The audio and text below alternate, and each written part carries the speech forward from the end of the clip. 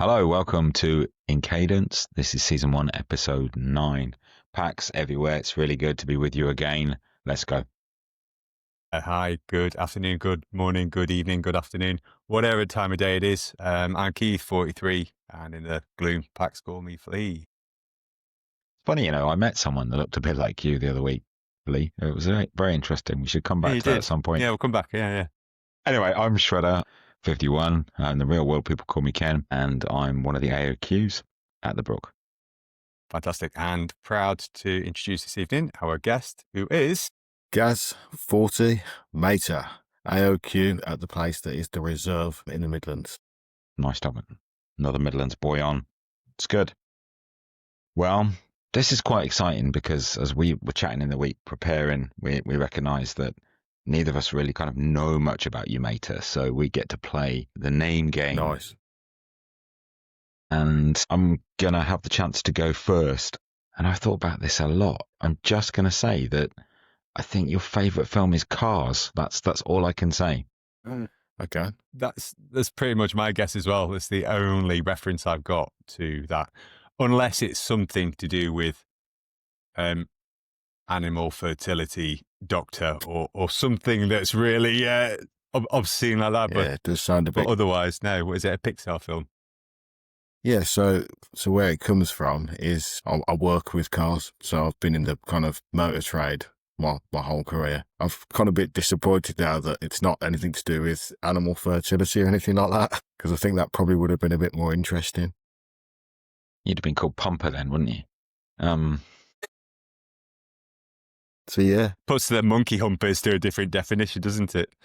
Gargoyles for galore. Keep telling us. Go on, sorry. I think once I mentioned that, they started kind of chucking things out about like different kind of, I think Top Gear came up and then somebody mentioned the film Cars, and it's kind of interesting. I look back on it now and I think about it, and I think from that film you've got like Lightning McQueen, the super fast kind of race car that I didn't end up with, but instead I got the rusty old recovery truck, which, you know what, I'm absolutely fine with because I'm a bit old and rusty. I ain't a fast moving vehicle, if that makes sense. I'm kind of slow and steady, and I think the Mater one probably works much better, I think, to be honest with you.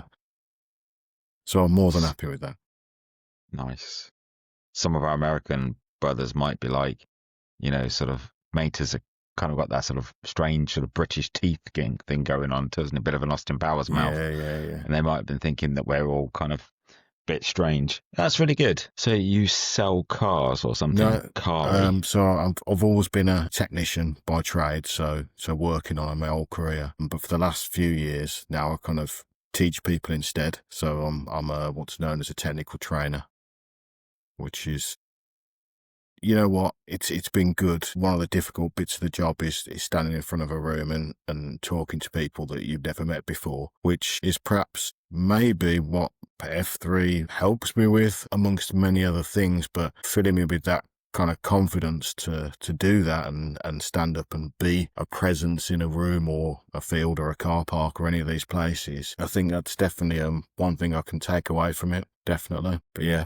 Yeah, if you've never done it before, it gives you a great opportunity when you're leading a beat down to get up in front of a load of guys, set that vision, explain them what you want them to do, why they've got to do it, and set them on the path and help them overcome obstacles. So it's a great training ground. It translates really well into the work environment. Yeah, you can relate with so many things. It's just, it's building confidence and leadership, and not only in yourself, but pushing other people into that as well. And it's been an absolute joy to see so many people around me kind of build on that as well. It really is something good.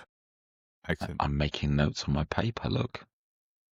So yeah, we talked about leadership in your work environment. And if you queue in a session and you said to us, right, the next exercise is a Mater, what would we get? So, thinking about it, my last queue, which has been a while now, to be honest, I've had to miss a couple for a couple of reasons, but I'm back on it soon, hopefully. My main focus, I really wanted to kind of lock down on my calls, and more importantly, the message that I was trying to kind of spread to everyone was to kind of think about form. So what I did with a lot of my calls was I really kind of slowed down the tempo just so people could be a bit more kind of aware of the exercise and executing it properly rather than just trying to get in reps after reps after reps. So the one that comes to mind that really kind of gets you thinking at the same time as working out is one that's a Tennessee rocking chair.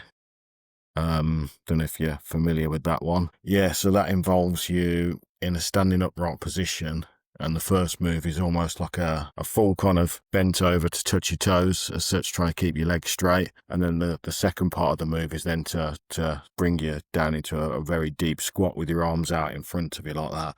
And then the third part will be back to touching toes and then back to standing up again. And what I find is the first time I tried to do it, because I had to kind of rehearse it a few times before I actually did it, because I think we're so used to squat positions on a lot of exercises. When I look around and see people doing it, the squat's coming in first and then the arms are going out, and then it's like, so by bringing the tempo down on that, I've really allowed people to kind of like get to grips with that one. And I was well pleased with it. I find it great. I think it's good for kind of mobility, which is getting you kind of obviously moving, and then that deep squat as well. Another chap from the reserve, he did some on my last beat down a couple of weeks ago, and he got to about, this is Iron Man, by the way. He was an absolute machine. He's a brilliant bloke. He was getting up into like the 30 odd reps of this Tennessee rocking chair. And at first people are like trying to kind of get the momentum of it. And then when they finally did, they're kind of pushing through these reps, and it was absolutely brutal to get to such a high number of them. So in terms of me, my exercise, I'd definitely be going for that Tennessee rocking chair all day long. Fantastic. They burn your thighs more than you would think. Yeah. When you get to about 15 to 20, that you really start feeling them. So to slow it down, that's tough. Yeah. Fair play. That's good. I Interesting like choice. that though. Keep them slow. I've done them a few times, and I'm kind of past a lot of the place in F3 where if I can't do something, I get annoyed and I just laugh. I'm like, it's just funny when I make a mistake. The coordination, some people actually say, "Oh, I'm not coordinated," and actually, we shouldn't say that about ourselves. We just have to learn, and we have to focus on it. So slow is good. And actually, I might use those on my BD on Tuesday, thinking about it, because I think I still need some practice. You mentioned Iron Man from the reserve. Didn't he just do a high rocks? Is that right? Olympian did the high rocks. I mean, apologies, Iron Man, if you did it as well. I wasn't aware that you did. No, I know one of your boys had just done high rocks, because that was in Brum, wasn't it, a few weeks ago? Yeah, that's right. Yeah, I had some friends in the. I know that Olympian did it, and again, just true Olympian style, absolutely smashed it. I can't remember the time, but it's really impressive. And it's probably something that an Iron Man would do as well, to be honest with you. But yeah, it was really good to see him getting out doing stuff like that. You've got some serious boys in the Midlands. It's nice to keep up on your feeds on band. Right, so hated and weakest exercises for you. What's the call you hear and you go, oh, come on, what again? What do you loathe? I don't even need to think about this too much, because every time somebody says it, you're like, I mean, if I did this, diamond push-ups. Okay. I'm just telling you right off now, I don't think, I mean, I know that with anything, if you're no good at it, you kind of repeat it, don't you? And you work towards it. But I don't think there's ever going to be a day that I am ever going to be happy about doing diamond push-ups. I'm going to be totally honest with you. It reminds me to a beat down that one of our guys, Capsize, did, and there was a whole 30 odd minutes doing this kind of clock, kind of figure working around different kind of hands of the clock, and there was just so many diamond push-ups. I've never done that many in my life, and my arms burnt after that. I think because naturally I do a lot of running, and I think my weaker part is top half, and it's something that I should kind of focus on a lot more. So hopefully in the future I will get better at them, but as of now, in answer to your question, all day long diamond push-ups. So Hughes at the reserve, you know what to give this man, don't you? Yeah. Lots and lots of diamond merkins. if you take them and then you do, the Cobra style ones where not just the Cobra where you stretch, but actually you do the push up just hip hinged and you go up and down like this on your elbow joint, Okay. your hand like Yeah. that just adds even more. And you just, honestly, you just shake like a sad dog, really. You're like, it's horrific. What about your favorite, your strongest? What's the one where you go, give me more? Well, you know what? I think I deserve a slap on the wrist there because I've just called them the wrong name about 7 times, haven't I? It's Diamond Merkins is what It's I should fine. be saying. It's fine. It's the It's fine. it's the event, the occasions getting to me. It's okay. Don't be nervous. Just remember, we're not professionals. We say this a lot. We're not. Certainly not. Certainly not. Our salary doesn't reflect No. the talent that goes into this. So what do you love then? favourite stuff. I mean, I love things like squat jumps. Bobby Hurley's, I feel like I could probably do a fair amount of them. And as you're probably picking up, I'm much more fond of using my legs. So give me I'm like a plodder, so give me a long, nice, slow, long mosey. Do you know what I mean?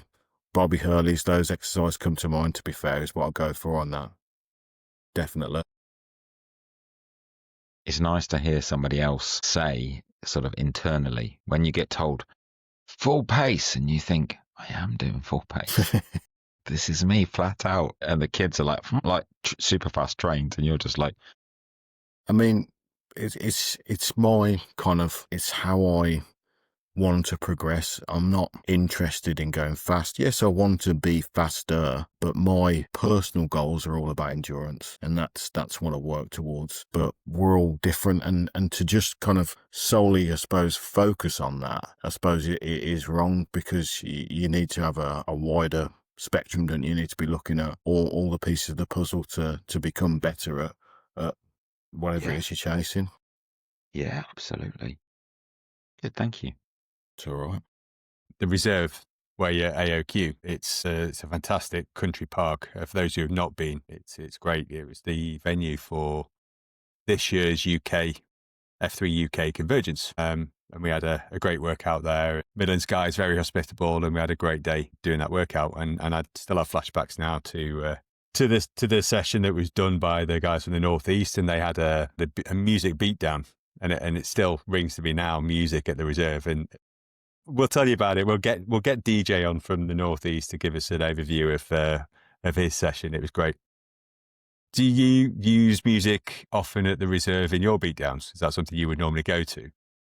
Yeah, I do love a bit of music, and I love the session that he just mentioned and the convergence. I thought that was brilliant. Postman Pat, weren't it, was the one? Absolutely brilliant. Couldn't really you'd never really picture yourself in that position, to be honest with you, but only with F3, I suppose. With myself, my kind of music that I listen to so many different types. I couldn't really name one particular sort of genre, and I like to bring that to my beatdowns as well. So I will sometimes just put some kind of like deep house or something on just in the background while we're trudging through something, do you know what I mean? Getting through like a round of 11s or something like that. And then also kind of tinkering with the different sort of music rounds as well. What did I do? Wow, it's Cotton Eye Joe. I thought that one was good with the side straddle hops and the Imperial Squat Walker, maybe something. I'd have to look through my notes. But the one thing that kind of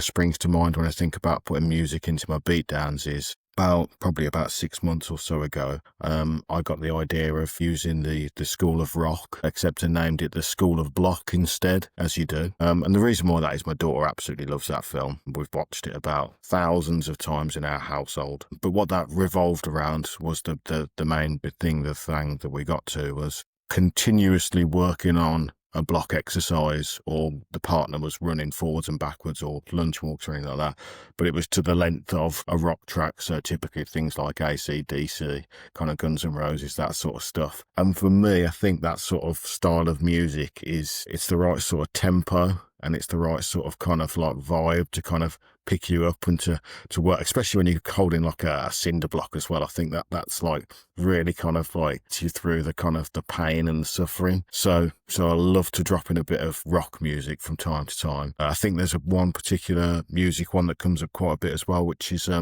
Thunderstruck as well, which is brutal. If you're finishing off on a beat down on that, then you're hurting. So yeah, so I love to bring in a bit of variation, bit of like all the genres that I've kind of liked over the years. I mean, I used to love drum and bass, and I've not actually brought that to a beat down as of yet. I think that would be quite a very high tempo kind of beat down, and I'm kind of playing with ways of how to do that, but that's definitely on my radar anyway. I think coming up in the future. So, Mater, tell us how you joined F3. What happened? Probably a bit of like background on me kind of makes sense a bit. I think I mentioned before that I love running. I'm not a professional. I just kind of get a lot of headspace out of it, and it's been my main form of exercise for many years. A couple of years back, I decided to take the plunge on a marathon. Like something, I was coming up to turning 40. Felt it like I needed to kind of challenge myself and try and achieve something, and just to kind of give myself something to work towards as well, because I was perhaps struggling a little bit with kind of motivation and just maybe I was just starting to get a bit bored of just running and doing nothing else really. I met Guardian, who was on the podcast a couple of weeks ago, and this is going back a long time ago. I don't even know how long ago it was, and it was only on one night out because his friends kind of knew my brother, and I was out with my brother, and I don't know, we just got chatting somehow, and we kind of swapped, kind of linked up on Facebook or what have you, or something like that. And years have passed, to be fair. I'd never really spoken to him since that, and Guardian started to post the odd occasional kind of in sort of posts about F3, and kind of just once or twice I saw it and just thought, oh, that looks all right. Like being a bit of a kind of gym goer, but never really getting too motivated in the gym. I was kind of always looking for something else, and I'm loving running outdoors. Kind of outdoor exercise is what I'd rather do. I'd be out there in any conditions regardless. So he posted something for, I think, for when he was at Wilberforce, and again, I watched the kind of Armour, and I thought, oh wow, that actually looks pretty cool, to be fair. But then when I looked at the location, I think it was perhaps just me just looking for excuses not to kind of get in touch. I didn't, and I kick myself now for it because I wish I'd done it sooner.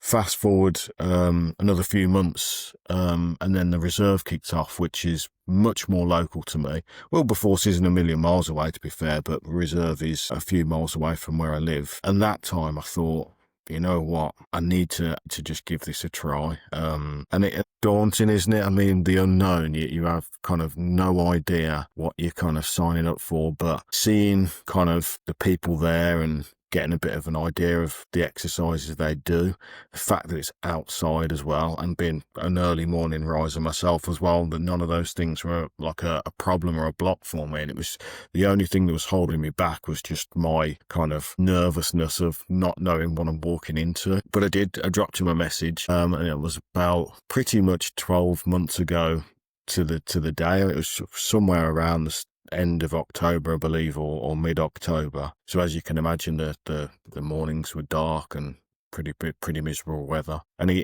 messaged me back and said, yeah, come on down with me here.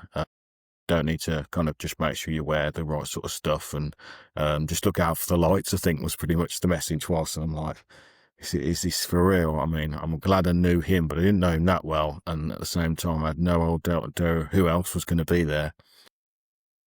So I get up in the morning, absolutely pissing it down outside, and I'm thinking, there's no way there's going to be people in the middle of Sutton Park on a Tuesday morning with the weather like this. So I rock up. I never forget, I had a quite nice company car at the time, and it had heated seats, so I'm sitting there nice and warm, looking outside thinking, right, let's just go for it. And I'm telling you now, it's one of the best things to ever happen to me. I'm so glad that I kind of took that plunge on that day, because, well, what it's given me, I mean, it's just, I couldn't go into enough detail. Do you know what I mean? Honestly, I've got so much kind of passion for F3 and what it's done for me. Yeah, the beatdown itself, bit of a blur, to be honest with you now. I think I'll remember some bits and bobs about it, but I got back home, and I'd worked muscles that hadn't been used in years, and I'd got a big smile in my face, and my wife was laughing about it at first, but she was like, you look like you've enjoyed that. And I says, oh, it's absolutely brilliant. But they got me signed up onto band, and so I looked on there the day on that day, and obviously saw the backblast and that, and was like, oh, that's well cool. And then they posted up for the Wilberforce, which is the following day. And I looked, and I was like, well, if I kind of use the gym and the showers at work, I can just drive straight to Wilberforce and get to that. And so I SC'd for it and thinking, I don't know, maybe I'm not invited, I'm not quite sure. And then he messaged me again saying, oh, you've just SC'd for to Wilberforce. He says, this is here, you park here and that. And I'll be like, I'll see you in the morning then. And I was just hooked, to be fair. It's been an absolute blast this last 12 months as. Yeah, it's something I'm so glad that I did it. Fantastic. So similar tenure to me, to be honest, almost 12 months pretty much now. Yeah, well, funny you say that, Flea, because it wasn't long after that I come and met you. The factory, is it the factory? Factory, yeah. Because it was a factory. It was pretty much a year ago to this week, actually. Yeah. You posted. Was you queuing that day? I know it was. I know it was a year ago because it was my VQ that you attended. There you go. So my first ever Q session, you turned up. This guy, all right, I'm here from Birmingham. Right, okay, fine. I guess I've no idea what I'm doing. I think I know what I'm doing. As you are in your VQ, you're on edge, aren't you? And then this guy comes out of the dark in Leeds, and I'm here. Can I join in? Yeah, get stuck. And that was like a bit of a visual realization for me as what I was getting involved with. The fact that I could go on holiday with my wife and my daughter and meet up and exercise with complete random strangers and be welcomed as well with that as well. Honestly, it's really is amazing. It was a good leg workout, if I remember right, Flea. There was lots of wall sits as well. Lots of legs, if I remember right. I said that to you. When you showed it to me the other day, I said, that looks like it's heavy on the legs.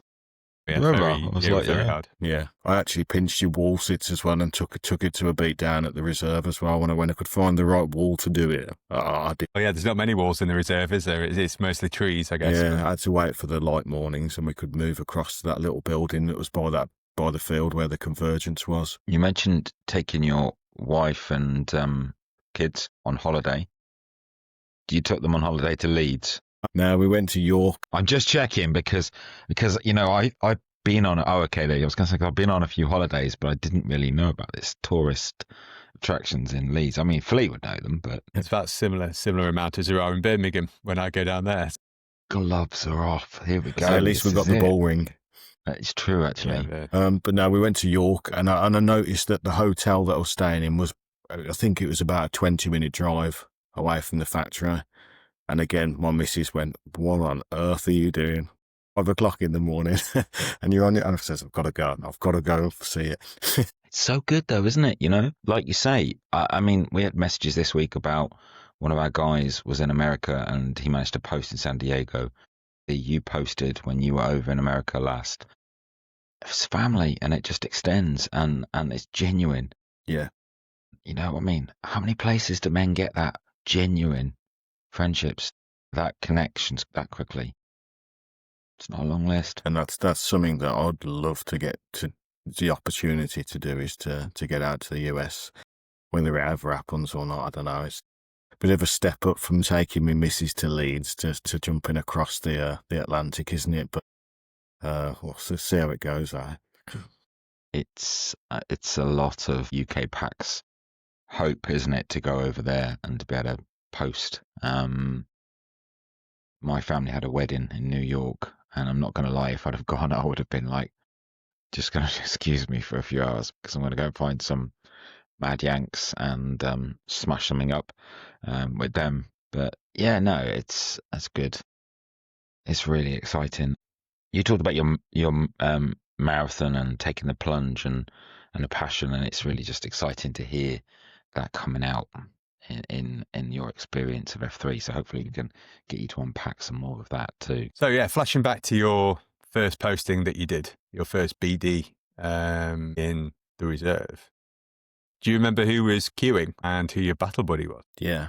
I do. I did say it's a bit of a blur, but these things that I do remember. Sorry, the Q was Guardian that day, and my battle buddy was the Fonz, which was definitely what I needed because, I mean, he's a brilliant bloke. Honestly, I've learned so much from him. It's just a great guy to be around, and he kind of kept me going. I thought that I was kind of relatively in shape, but as these random exercises started coming at me thick and fast, I soon found out that not so much. But no, he sung me praise as well. He said that I was keeping up well, and like I suppose any FNG, there's going to be a lot of phrases that I was unfamiliar with, and were called out demo on everything that I didn't understand as well. So, it flowed really nice, and yeah, I don't think I could have had a better battle buddy that day. I think there was definitely another FNG there as well, a chap called Rambler, and we ain't sitting back in a while, so if you're listening, Rambler, you know where we are, mate. Yep, you can come back whenever you want, all right? But I suppose it happens, doesn't it? You get, sometimes it's not for everyone, but following me, the next few weeks, that was, I think, when the reserve just started to explode with so much new FNGs turning up and regular ones, and we've had some real good guys come through lately as well. So we're all in similarish time frames. You know, we've done a year. We're in our second year of being packs. I guess this is a good chance to reflect, isn't it? So in becoming an F3 guy and posting regularly, stepping up, how do you feel like you've changed, and how do you feel like you've taken that daily red pill, you know, that you've been working to accelerate in your life since that start day?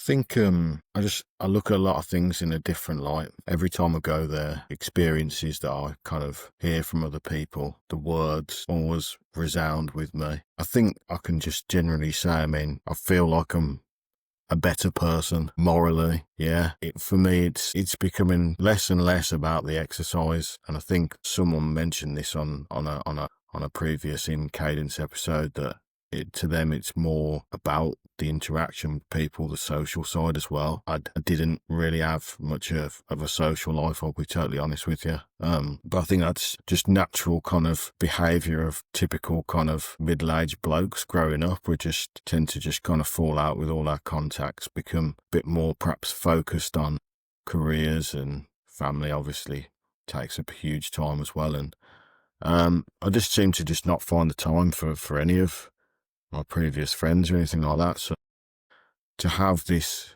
social kind of side in my life as well, I feel I've benefited so much from that, because you got someone to talk to, and you can kind of hear other people's experiences and hopefully kind of help them out, just like they'll talk you through. I mentioned I've kind of missed a few of my cues, because one of them was because I had a bit of a back injury not so long back, and before, other than my missus and perhaps some friends from work, that's all I get is people kind of contacting me. But the amount of messages that I had from people, like asking how I'm doing when I'm coming back, how's it doing, offering me advice and tips and kind of things to try and stuff like that, it's like, it's just, honestly, words can't describe how kind of happy that makes me feel when you've got that kind of crowd around you and that support that we all need it, don't we? But we're all probably guilty enough to kind of sit back for long periods of times of our lives and not accept that. It has helped me out massively.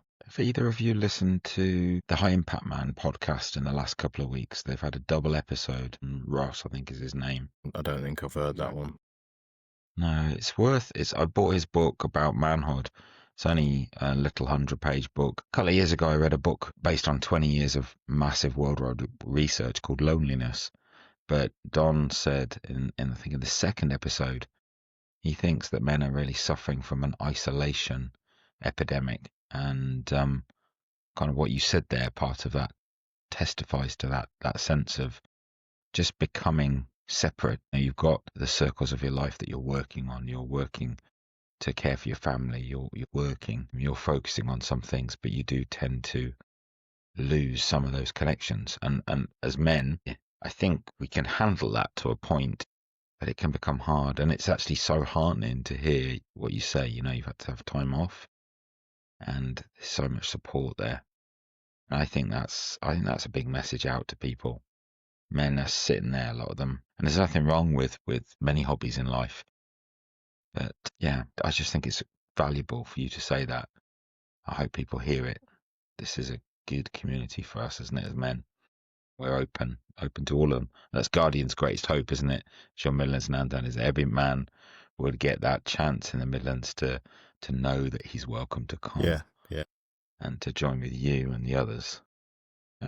Yeah. Well, if any packs are lucky enough to be going on holiday in northeast Birmingham in the next few weeks, and they wanted to drop by the reserve, which details can you share with the guys listening about where they can post, what days, if you've got a postcode or what 3 words, and we can put that on the show notes for you as well. So what have you got? Yeah, so you'll find us Boldmere Gate, which is in Sutton Park. So the beautiful part of the world that is Sutton Park, in the nice part of Birmingham, that is.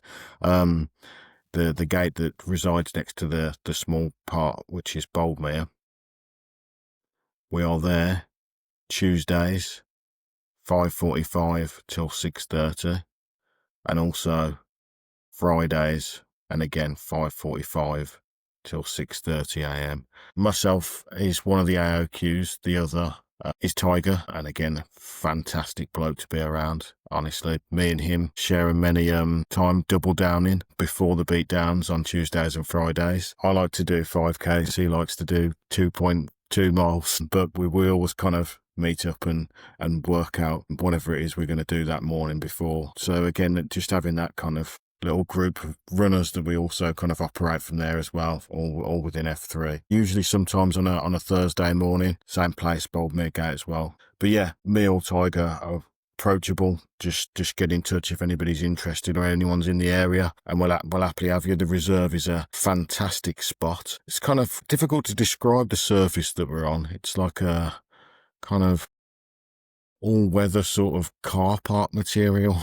It's like this mesh stuff that they've put down across the grassy kind of soil. So it drains the water off well, but it don't half get to your elbows when you're down there doing plank positions. But that's what it's all about, though, and it's just bring an extra pair of gloves with you to put on your elbows.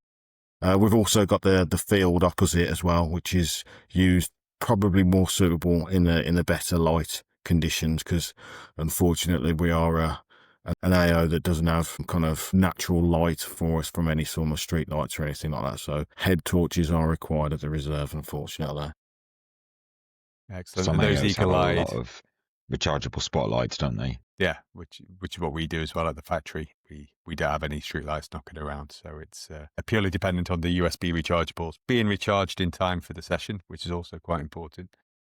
Yeah, and I've got to sometimes put my hands up and say thanks to Tiger, who's been manning the lights and the coffee and everything of late, because he's been doing a fantastic job as well. So thank you, Tiger. Good man. It's one of those things, isn't it, where when you look, you've clearly got a heart for your guys, and it's really good to hear about your co-AOQ, you and Tiger. You've mentioned a little bit about 1 or 2 men, but perhaps you could share with us a few highlights that you've seen in the growth, obviously not breaking confidentialities, but in the growth of the packs at the reserve. Can you think of 1 or 2 guys where you've seen them just take a step and you've gone, you know what, that's so encouraging? Yeah, there's so many. Like I said, we've got the Midlands itself, we've got some fantastic packs, true inspirational people. I mean, we've got Olympian, who unfortunately lost his sight as a young lad, but I mean, he comes along. He's an absolute astounding athlete, just the name, being a Paralympian, and to watch him cue the sessions as well, and just the way he's always got a presence about him to lift people and to encourage us to kind of work through as well. He's such a fantastic bloke to have around. Honestly, it's like kind of at some point or another look for excuses not to do things, but Olympian, he's there and he's getting stuck in, so he stands out for myself. We have We have a celebrity amongst us at the reserve as well. The artist is actually been involved in films. I'm not going to go into any detail about what film it is, but maybe you might find out. But again, he's been attending for a few months as well now, and he did his first VQ the other week. And I was so glad that I was there because his word at the end was Oscar worthy. And the passion and what he spoke about, again, kind of what we just touched on upon about men being kind of lonely. It stuck with me big time, like it really did. I come away from there and I was just so proud to see an outstanding beat down followed by a word that touched so many people out, like on, and I just give him so much credit for that as well. Hypno's just delivered his VQ. I couldn't unfortunately be there, but from what I've heard, he's absolutely kind of smashed it out of the park, being quite a reserved chap. I think he'd probably agree with me saying that he's a quiet person, but to get that courage and stand up in front and to lead as well. Like I said, I was absolutely gutted that I couldn't be there, but from what I've heard, I think he did an absolutely fantastic job. And seeing these people, these consistent packs that are coming back week after week and wanting to stand up and lead and get their VQs underway, it's just it's a beautiful thing to see. I'm a bit gutted at the minute I can't be there because of work. There's some roadworks that's inhibiting me from being there, but hopefully in the next couple of weeks I'll be back and just get back involved with these fantastic people that spend all this time with. It's brilliant. You've got a lot of development work going on in Birmingham, haven't you? And without making some form of naughty joke that'll get me into trouble, I know recently when we were in Birmingham for a concert, they seemed to be closing the roads late at night to do so much work, and I can imagine it was never an easy big place to get around because it's so full of people. It's actually Derby that's my problem. Birmingham's the alright bit. It's when I get to where I work in Derby, they've shut off the A38 off, which is terrible. But hopefully all back to normal in the near future. So you have to commute from Birmingham to Derby for work. Yeah, wow. It's not that bad. I mean, it's not a million miles, is it? But it's still, yeah. Just to go through Tamworth. I jump on the A38 Lichfield is where I get on. Okay. Which I'm not too far away, being that side of the park, if you know what I mean. So it's usually only about 35 minutes on a good run. But now it's taking about an hour and 35 minutes, which is hindering me a little bit in the morning. Yeah, and you've got to. This is one of the things, isn't it? F3, the beatdowns are not in the circles of our life. You know, this is outside, and it's there and it's supportive. But if you don't show up, they're going to get a bit narked with you, aren't you? So you're making a good choice there. So we talked about your development inside F3. Is there anything you're learning in your life at the moment outside of? I must admit, for the last, I don't know, it's hard to pinpoint the time, but I feel like there's a lot of digitalness going on in my life, perhaps with work as well, quite busy with computers and stuff, and the seem to just be a lot of brain fog in and around digital. I was struggling to kind of, it's going to sound really weird, I was struggling to kind of keep track of things, even though I've got kind of calendars and kind of Excel spreadsheets and stuff. And something that I've kind of really found beneficial is I've just gone back to basics and I've bought myself a little pocket diary with a pen and paper, would you believe it? And I'm finding just to kind of step away from the devices. There we go, a bit of that as well, yeah. And I have also got a notebook as well, which I'm kind of, when things are popping into my mind, I'm writing down instead, and just to kind of write down what I'm doing on a daily basis over the next few weeks. Can't describe it why it sticks more in my brain when I write it down rather than type it into a phone screen, because my calendar is full of events that are going on, but it's not helping me remember anything, and I'm kind of forgetting things and letting people down potentially that I shouldn't be in that position. So I'm trying to perhaps step back from too much digitalness at this moment in time and get back down to kind of pen and paper and see if that helps me. I've got like a notepad by my bed as well, which if anything springs to mind while I'm trying to get to sleep at night or anything like that, I can kind of put it down pen to paper and then move on and see if that's going to kind of help me in any way, shape or form. For me, the learning on that is learning how to focus in a growing and complex world, and digital tools is at the center of that. And I'm going through the same thing as well. You've got so many streams of information coming in. You've got Teams, you've got emails, you've got text messages, you've got WhatsApp, you've got all this going off, and the clarity and the focal point can get diluted.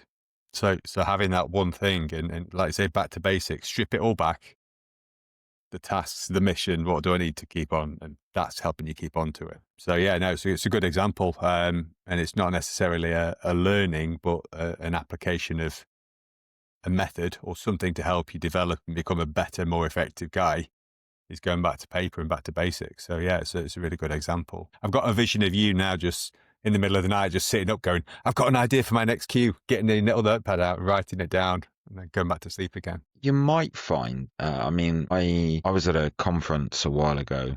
It is a while ago now, actually, and there was a speaker there, and he was talking to us about the way he prepared messages. So he would take a piece of scripture and he'd prepare, and he was always told to write it out. Doesn't matter how big it is, write it out. And there's been times when I've gone through that approach, and actually by you using the diary, you may be more of a kinesthetic learner. It may be part of your style of approach. And as a technician, when you first started car technician work, it was more physical based and less diagnostic based. So, and I've heard one or two other people in their 40s age say the way the work has changed has turned them off, because they were there to get greasy and look hot and sexy in blue overalls. And now when they want to know what's wrong with a car, they don't open up the bonnet and do a big intake of breath and charge a customer £100. They put a probe in and press a button and it diagnoses stuff. So I think that's being smart. I do, genuinely do.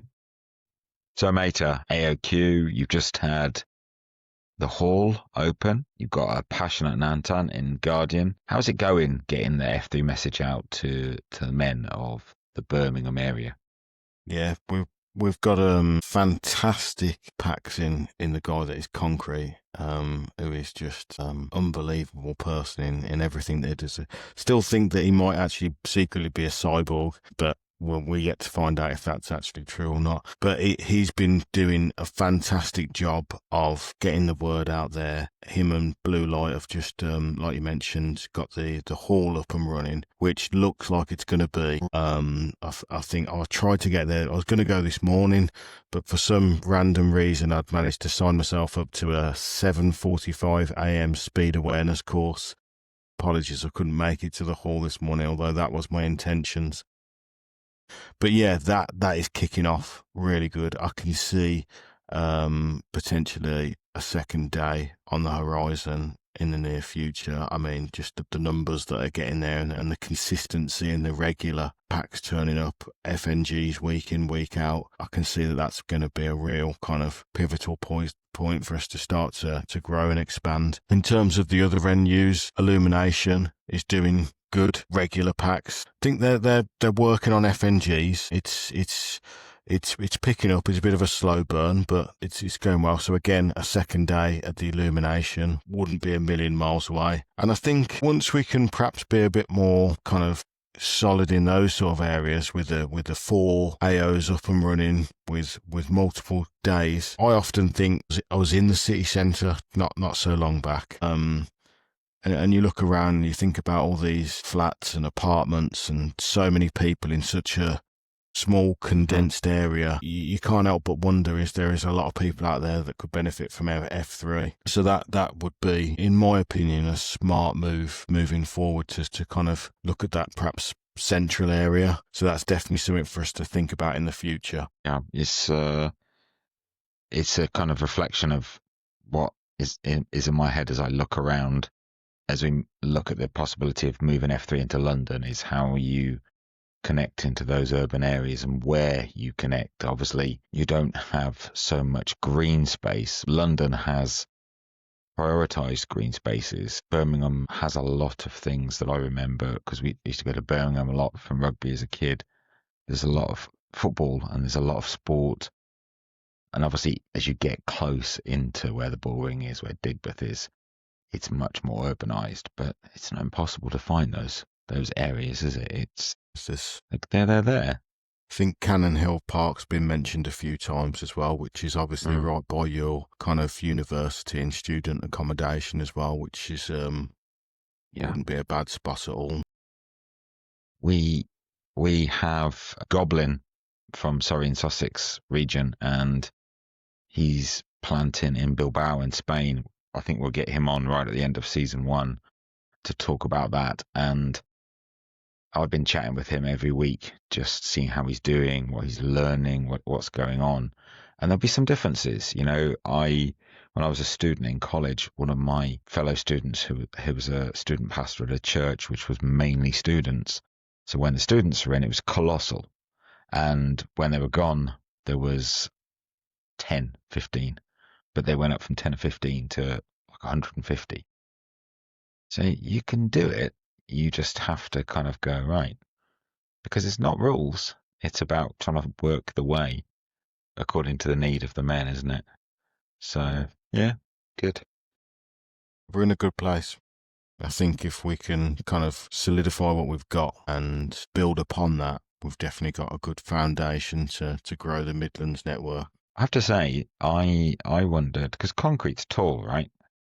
Pretty tall. Yeah. I have said to him in previous conversation that I actually think that he's the outer layer of a Russian doll and I'm the inside layer, because we're about the same weight, but he's just so much taller. And he's so active in every way in life, right? Isn't he? Yeah. He's just so intense. He don't stop, but he's really having an impact on getting people on board. So if we can all take a leaf out of his book and kind of go down the route that he's taking, I think we'll be much more successful getting FNGs on board. We'll be getting him, I think, again near the end of this season. Try and get all of our UKAOs. We're expanding again, so Lightwater's now been going for about 3 weeks near us, and obviously the hall's been going for about 8 weeks, maybe 9 weeks, something like that. So it's good. At this rate, season 1's never going to finish, is it? How's Goblin getting on in Bilbao? I've just come back from there. I didn't realise that he was up and running yet.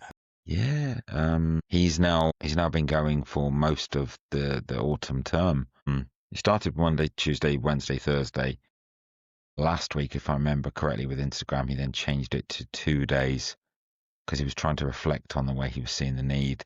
He's had a couple of days where he's just been on his own, and because he's Goblin, he's I just do a 10K, or, I've got a leg injury, but I'll just do a 10K in about 14 minutes. He's a man monster. He's basically He-Man Jr., isn't he? Yeah, I met him. Yeah, so he came to the reserve once, turned up with his cinder block in his boot. Yeah, he came to the circuit, and I got buddied up with him, 3 of us, in a partner workout as threes that I was leading. And oh my goodness, I was like, just leave me alone to die in the corner, you monster. He's such a young beast. I'm like, yeah, he's a powerhouse. But you know what? He's doing well, and he's there for a year, and he's getting to grips with leading men, and they're learning. And then at the end of their year, they all go back to the countries they've come from. So he's leading people from all over Europe in either in English or in Spanish, and he's influencing a continent. And he's what? Early 20s. Think about the stuff we were doing when we were early 20s. Half of it involved, I don't know. Well, I'll just get cut if I say anything here at this point. It didn't involve such good and noble pursuits as Goblin did, but I keep telling him to make sure he has a life as well. Yeah. Fair play to him. To be a student. Absolutely brilliant. Enjoy it. But he is a young legend. So we talk about, and we have talked about so far, your journey in F3 and your improvement in your first F and your fitness, and how you're looking to improve what you do outside of those workouts with your digital approach and go back to basics, as you call it. How's F3's activities, what you do within there, affecting your concentrica, what we talk about with your different relationships that you maintain in your life? Yeah, I think I mentioned before about when I first came back, my missus, she really noticed the difference with who I am. I think getting myself right, because I mentioned before that I weren't kind of speaking to people or kind of communicating, and it was kind of not a lot going on. And I think that's brought me and my missus closer together now that I'm got that kind of social side of my life, and we can have conversations about other things than just work and the kid. And I think from what F3's done, like I said, all these the words they resound with me is that they make you focus on the things that matter in your life. And when you mention that, it's putting things into order of what's your priorities. Always look out for my family. I want them to kind of grow up right. My daughter, I want her to kind of to live her life as best as possible. And when they spend so much time around yourself being a parent, the sort of habits that you kind of do, they're going to pick up on them, aren't they? Definitely what I've taken from F3 is that going back into my home life, I've improved, make time for the people that matter. And I don't think I'm ever going to be perfect. It's not going to happen just like that. And as long as I know that I'm heading in the right direction and I'm thinking about doing the right sort of things about my wife and my family, then I think I'm happy with what it's brought for me, definitely. Excellent. Do we move on to some £1 million questions now? Yes, let's do it. Let's get serious. Hit me with it. Oh, right. Okay, difficult one for the first one. If you can only choose one chocolate bar to have for the rest of your life, what are you going to choose? You know, That matters, right? That's not Matters. That's not a difficult question for me to answer. Bar, Right. Peanutty. all day, every day. You know what I mean? I don't think I'd miss anything else. Star bar. No, that's definitely not going to translate to America, is it? But I have don't. you got one at home right now? Have you got one in the house? Do you have a stash? No, I wish I did. Then there's a reason why I don't have one at home. What we will do for those watching on YouTube, we'll put a picture of a Star bar on the screen right now. Yeah, they go under the Mason, radar. can you just describe? Just gives a flavour of the taste sensation that is a Star bar. Well, everyone knows a Boost, don't they? Yeah. The Boost seems to be the more kind of commonly known chocolate bar out of the two. But if you imagine a Boost and you put peanuts inside it, you got yourself a Star bar. And what else could you want from life? There was a cousin to the Boost a few years ago that I used to quite like. And it was basically a Boost with Red Bull in it. It had Guarano or something. Oh, in it. yeah, I remember that, actually. Star bar, that's not bad, actually. You know, there's probably a few chocolate bars out there that I could want to kick guests off the show for, but I think you're all right. It's decent ground on a Star bar. Yeah. If you think there's a better chocolate bar, you can write into us and tell us. But yeah, well done for that. What are you guys going for then, or am I allowed to ask that question? Am I sparking a bit of a debate? It's your show. You can ask questions back if you want. Yeah, you can ask us questions. What are you going for then? Me, to be fair, I haven't got a massive sweet tooth, right? I am partial to a bit of caramel. That being said, a Kit Kat Chunky is reliable. If I'm getting a meal deal in a service station, I'll get a Kit Kat Chunky as my snack. Or, as I would call it, one finger of a very large Kit Kat. Yeah, you could have a big 4-finger You just have Kit Kat 4 of them. Chunky. Yeah, that would be great. But just going back to old memories, there was a chocolate that came out. It didn't come out for very long, and it was about 20 years ago it came out. And it's like a Star bar, but instead of peanuts, it had raisins in it, and it was called a Maverick bar. Oh, I do remember them as well, yeah. Chocolate, caramel, some biscuit base like a Kit Kat, but with little bits of raisins within the caramel. Now that, for me, yeah, that probably ticks all my boxes. Right.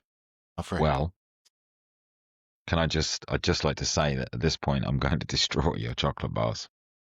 If I had to choose one, I would choose a Toblerone.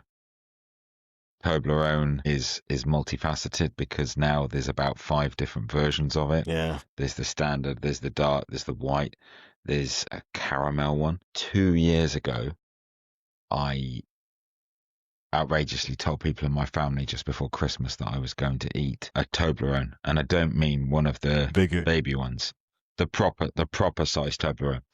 I was going to eat my Toblerone, and then I was going to go out and do an hour-long dumbbell BD involving burpees, which I did.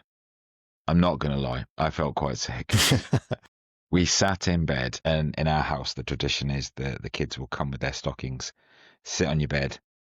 I'll pretend I'm awake, and we'll open up our stockings. And I got my proper sized Toblerone. I did share, but then I ate the rest of it myself, and then I went outside and did this workout once we'd opened the Christmas presents. If there was only one chocolate bar, that would be it. And do you know where this question came from? Have you guys seen the film Demolition Man? Yeah. Yeah?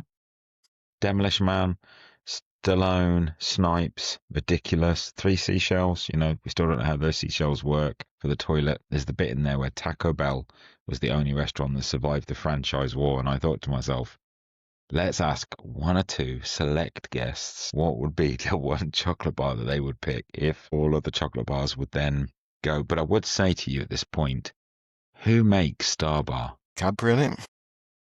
I was going to say, because if you don't pick a Cadbury chocolate bar when you're a Midland boy, you'd have loads of them knocking down the door going. It's technically not a Brummie. Well, it's the factory's there, isn't it? Which is something else. If you've never been before, it's definitely worth a visit. It is. But I think it's not owned by the same company anymore. I don't believe. I think it's Times have changed. Yeah, I think so. Did you see this week the penguins have been deregulated? Penguins and another bar are no longer allowed to call themselves chocolate bars. Pax, this is where it gets serious. This is the breaking news for the week. I know, right? They don't have enough cocoa in them to now be called a chocolate bar.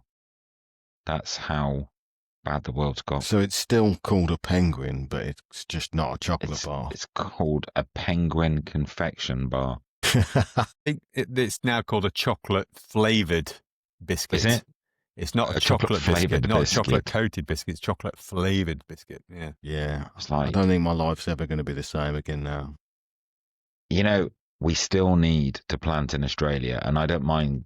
I mean, I'd rather plant in New Zealand if I was going to move somewhere to plant, but I'd pop to Australia on the way, help them, and then get going, because penguins could get ruined if you have a Tim Tam. Tim Tams are like penguins on crack. They're That's just great. the daddy. They aren't they? You can get them in And the the UK. Aussies. Yeah, I know you can. I'm not buying them. Oh my goodness, I'd be like huge again. The Aussies, when I was in Australia, they would have Milo, which is a drink like hot chocolate thing, and they'd bite the ends off, and they'd suck the drink through the Tim Tam. I've done that with a penguin. Have you? A chocolate bar penguin, not a real penguin. Just to Chocolate. clarify that. A chocolate confectionery bar. Yes, that's all. Yeah. Genuinely, we can all see why chocolate is more addictive than cocaine. I mean, this is the truth. Okay, look, let's get even more serious now. Chuck Norris or David Hasselhoff? I gotta go with the Hoff. I'm not quite sure about the Chuck Norris thing, to be honest with you. I mean, I've heard all the jokes and that, like, and I kind of get it and that, but I mean, do you not think we might benefit from like a Knight Rider reboot at some point? Yeah, I mean, the thing is, it's difficult because obviously Chuck Norris doesn't come to F3 anymore because he completed it. Right. But yeah, Knight Rider reboot. Can I just rephrase that? I don't think Chuck Norris came to F3. F3 came to Chuck Norris, Going to didn't it? Is Chuck that right? Norris.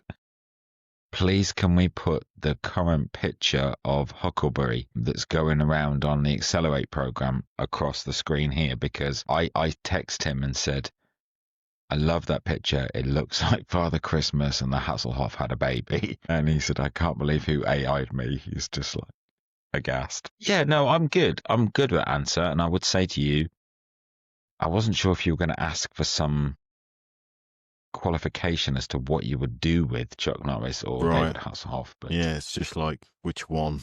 which one? Yeah. So your EHing was a circumstance of bumping into Guardian one evening in a bar or pub, wherever it was. If you pitch up next to a guy and he asks you what your F3 shirt is and you get around to talking to him, what's your quick to him? What's your hook to get them to think about coming to their first BD? You know, it's funny that you asked that, because when I was away last week, I started to run, and I was chatting to this random stranger, and we got onto the subject of F3, and I didn't have to say a lot to him for him to be like, I'm so on board with that. I spoke to him about, obviously, my training that had improved, but more what we've discussed, like my lifestyle as well. And we went on to the subject of the CSUP, which a few of us from the Midlands did not so long back, where we ran a kind of all-night marathon, which was just an unreal experience. Such a sense of achievement at the end of that, and then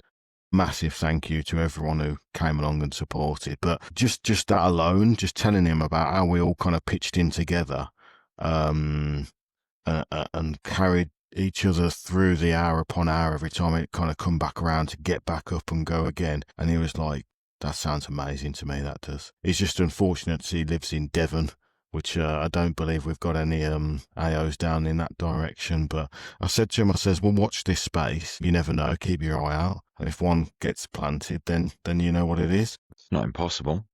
And he didn't want to plant himself. He didn't want to set one up himself, you think? Would he be allowed to do that? Yeah. Yes. If he wants to, he can.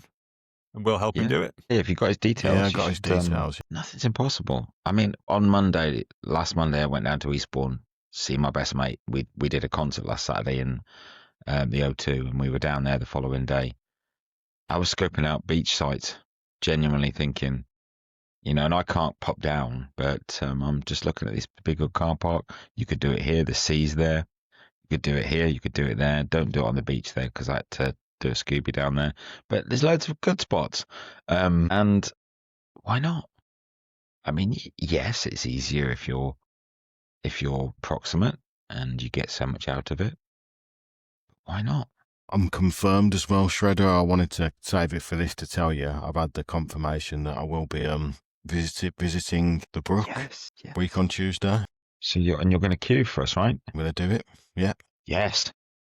Good. Yes, we have some visitors occasionally. We have some visitors to the Brook occasionally. Yeah. Some people just turn up unannounced, don't they, Shredder? I know. Honestly, when you came down a week Thursday, I'd had such a terrible night's sleep, and when I got told there was an F&G, and I looked at him and went, hell is this? I'm sure I know this person. And then it was Flea. So it was very cool. It was a great conspiracy plan run by Mr. Freeze to grab the queue, so he could let me know what time and where and what to bring and stuff. So I didn't have to bring bricks or anything. It's all taken care of, and yeah, it was really good. Just arranged to turn up. Yeah, it's fantastic. I was kind of excited because we had the stair race on Saturday, 2 days later, obviously, up 22 Bishopsgate, which went very well. Kicker, one of our packs from the bridge, could actually genuinely compete worlds. 58 floors, his first stair race, and he did it in 10 minutes and 15 seconds, which was 6th overall. There was only one person under 10 minutes, and for his first try, bang. But yeah, and on that Thursday, I was just going to stand around and star ski. Obviously, I didn't do that. But next time you come, Flea, we'll have to know. But yeah, no, I'm really glad you're coming a week Tuesday, mate, and just your Epsom bound, and then you're going to come down the road and give us a cue. You'll have to let us know what you need. That'd be awesome. That would be awesome. Really looking forward to it. And again, if you would have asked me 1 year ago, well, I travelled to a town away from my house and run a workout session with a complete group of random strangers, I think I would have laughed in your face at that, to be fair. But it's just, it's good to be in that position. I'm really looking forward to doing it. And they'll know you. I mean, this is the thing. You go somewhere, you queued in Vegas, right, Flea, when you were there? I did, yeah. Great. This Saturday, we've got Fury coming from Texas. So Fury's been to us once before, and he came to the circuit 5 or 6 months ago now. And I asked him if he'd queue. And obviously, next weekend is Remembrance. And in America, it's Memorial Day. So we're going to kind of co-queue, but we're going to do something focused on just honouring people who've served. So it may be some form of hero type WOD, but he's talking about 11s. I've sent Huck a message, and we're going to put a bit on F3 Nation, bit of kind of live footage of that. And that's it. You can go anywhere where it's on, and people are not going to look down their nose at you. Imagine going to, I don't know, you're down in London and you've got we'll call it Virgin gym membership. Other gym memberships are available. And you go in a gym you've never been in before. You know people are going to look at you funny and go, who are you and what you're doing and how much can you lift? Yeah. If they'll even acknowledge your existence, and they certainly won't share and swap sets with you on the fly machine if you want to use it. Yeah. It's not the F3 way. I don't get on with gyms at all. There's just this horrible atmosphere that I know where I'd rather be. Get me outside. Outside in the gloom with your brothers. Exactly. In the torrential rain at the brook, which is what I had. You did. And on Saturday in the 30-30, about 10 minutes into it, it wasn't going to rain, but it decided to, and we just sat there in the rain, even with our three newest guys, and we had such a privilege of a discussion to listen to them talking about fatherhood. It was phenomenal. Okay, that is a good question, and who knows what will happen to that guy in Devon. Put it out to him. Put it out to him. So now we're thinking about you in someone. If you could EH anyone, any bloke, who would you? And let's say, because you're Q that day, you're not sure about the name and you end up having to make a decision. So who would you and what would you call them? Right. I mean, I'm not going to go for a celebrity. And I actually have had conversations with this person, and this is going to sound a bit mental of me to say, but my missus's granddad, right, is 86, and he's by far the fittest 86-year-old you will meet in the world. Honestly, he is amazing. And for as long as I've known him, for the past 20 odd years, he runs, he swims, he lifts, he does absolutely everything, and he would be absolutely brilliant beat down. And he's even kind of played with the idea a few times. He just wasn't kind of fully on board about the logistics about how we go about it. And the only thing that worries me is I wouldn't want to break him. Do you know what I mean? It's it's a lot to ask of an 86-year-old, but if you met him, you'd know exactly the resilience that I'm talking about. So if it had to be anyone who I could do it to, I'd continue to try with my missus' granddad. His name is Jim, and get him down to the reserve and see what he's actually made of. What would you call him? Oh, right. Well, we don't always get. He's looking around now. Who's listening? We don't always see eye to eye because he supports the other team in Birmingham. You see, so there's always a bit of Okay, Walsall. No, not that one. So he's an absolute die-hard Birmingham City supporter. So he probably only accept the name as Blue Nose or something like that, and I think I just have to honour it, to be honest with you. As much as it'd pain me to call it him, I think he'd be happy with that. So Blue Nose, the reserve. One of the things that I think's interesting about this is on one of the Slack channels on, the Americans' version of Band, the Respectables channel, which you only get into once you get to a good old age. There's a discussion going on in there about how the respect age, so 70s plus, are engaged, and some of it is even talking about having BDs which start later than ours, so you've got the reserve and you've got the possibility for the extra reserve that doesn't actually meet until 7 a.m. or whatever time is convenient, because again, just like Bilbao, just like the possibility of Devon or other places, why the heck not? Nothing is impossible. Yeah. Food for thought, really. That's it. It's got open to all men, isn't it? So it's got to be accessible to all men, hasn't it? So just look out for him then in the near future when he pops up on Band. Blue Nose. That'd be brilliant. So 86 then. And it might not be Band. Might be like a shared notebook. Is that for respect? Yeah. But I don't think we've got a quadruple respect, have we, in the UK? Not in the UK. I'm not aware of no. one. I think the Americans do. There is other things that they're doing in some cases, isn't that? I really love the thing they've got over there. Some AOs have a system. If you post 100 times without breaking, then you get to change your name from you become Sir Mater. So once you've done 100, they do it. So if you don't miss a single session, Sir Mater, and they change it on Slack as well.